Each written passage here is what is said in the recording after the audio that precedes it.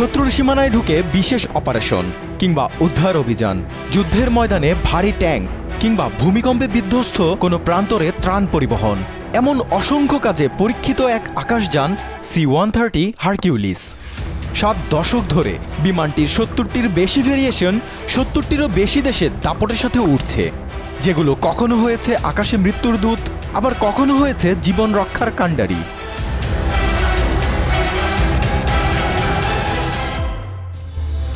দ্বিতীয় বিশ্বযুদ্ধের পর যুক্তরাষ্ট্র বুঝতে পারে তাদের বহরে স্বল্প ও দূরপাল্লার ফাইটার, বোম্বার ও ট্রান্সপোর্ট বিমান থাকলেও মাঝারি দূরত্বের জন্য যুদ্ধই কোনো পরিবহন বিমান নেই, যেটি অল্প সময়ের মধ্যে কোনো যুদ্ধ বিধ্বস্ত এয়ার স্ট্রিপে সেনা কিংবা ভারী সমরাস্ত্র সরবরাহ করবে, আবার সামরিক অভিযানেও কাজে লাগবে। 1950-এর দশকে কোরীয় যুদ্ধের সময় এমন একটি বিমানের অভাব মার্কিন বিমান বাহিনীর মাথা ব্যথার কারণ হয়ে দাঁড়ায়। ঘাটতি পূরণের দায় বর্তায় অস্ত্র নির্মাতা প্রতিষ্ঠান লকহিড কর্পোরেশনের উপর। 1954 সালের আগস্টে C-130 বিমানটির প্রথম প্রোটোটাইপ প্রকাশ্যে আসে।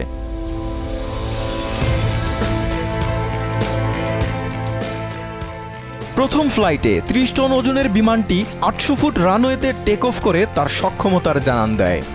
1956 সালের ডিসেম্বরে বিমানটির প্রথম সংস্করণ C-130A মার্কিন বিমান বাহিনীতে যুক্ত হয়।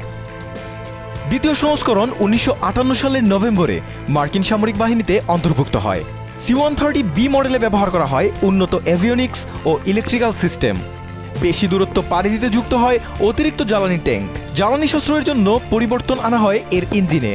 প্রথম মডেলের ইঞ্জিনে 3টি ব্লেড থাকলেও C-130B এর ইঞ্জিনে একটি অতিরিক্ত ব্লেড সংযুক্ত করা হয়, ফলে বিমানটি বাড়তি থ্রাস্ট উৎপাদনেরও সক্ষমতা অর্জন করে।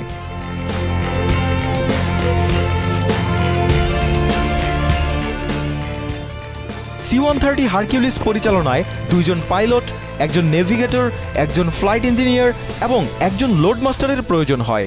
90 জন যাত্রী বহনে সক্ষম বিমানটি সর্বোচ্চ 70 টন ওজন নিয়ে উঠতে পারে। এক এক দেশের এক এক প্রয়োজনে বিমানটির 70টিরও বেশি ভেরিয়েন্ট তৈরি করেছে লকহিড। বিমানবন্দর, এয়ার স্ট্রিপ, এমনকি সমতল ভূমি থেকেও ফ্লাইট পরিচালনা করতে পারে C-130 হারকিউলিস। বিমানটির কিছু ধরন কেবল বিমানবাহী রণতরী নয়, ধুধু মরুভূমি এবং আর্কটিক অঞ্চলের বরফে অবতরণ করতে পারে।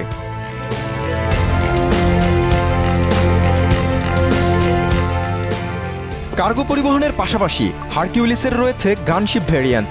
আকাশ থেকে ভূমিতে হামলা চালানোর পাশাপাশি ক্লোজ এয়ার সাপোর্ট ও নজরদারিতে ব্যবহার উপযোগী করে বানানো হয়েছে বিমানগুলি। এর অস্ত্রভাণ্ডারে রয়েছে যুক্তরাষ্ট্রের সবচেয়ে শক্তিশালী এরিয়াল আর্টিলারি 105 মিলিমিটার হাউইটজার, 30 থেকে 40 মিলিমিটারের অটো ক্যানন এবং 25 মিলিমিটারের গ্যাটলিং গান। শত্রুর মিসাইলকে ধোঁকা দিতে আছে অসংখ্য ফ্লেয়ার ছোড়ার ব্যবস্থা। গানশিপ মডেলগুলোতে সর্বাধুনিক ফায়ার কন্ট্রোল সুবিধার পাশাপাশি আছে অত্যাধুনিক ইনফ্রারেড ও ইলেকট্রো অপটিক্যাল সেন্সর। এর ফলে দিন কিংবা রাতের যে কোনো আবহাওয়াতেই এই বিমান রূপ নিতে পারে মূর্তিমান আতঙ্কে। আর সেই কারণেই এই বিমানগুলোর পরিচিতি আছে অ্যাঞ্জেল অফ ডেথ হিসেবেও।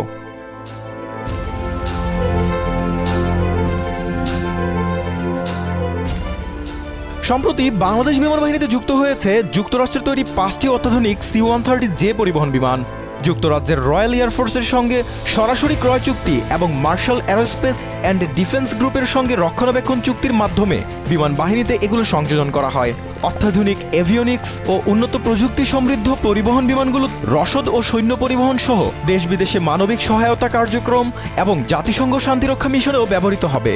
2001 সাল থেকে বাংলাদেশ বিমান বাহিনী C-130B ব্যবহার করে আসছে। বর্তমানে এই মডেলের 3টি হারকিউলিস রয়েছে বিমান বাহিনীর বহরে।